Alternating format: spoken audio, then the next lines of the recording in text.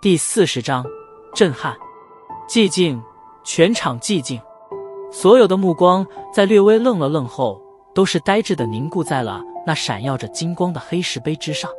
贵宾席中不断有着茶杯掉地的清脆响声，那些来自乌坦城各方势力的代表，此刻皆是目瞪口呆，满脸的不可置信。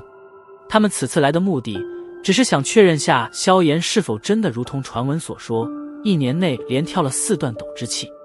然而现在场中所表现而出的情况，不仅让他们确认下了传闻的真实性，而且还大大的超乎了他们的意料。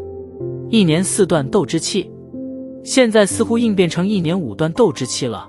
这种修炼速度，众人心中唯有2字可形容：恐怖。萧家这次大发了。贵宾席中，众人禁不住地轻吸了一口凉气，心中喃喃道：一位在1年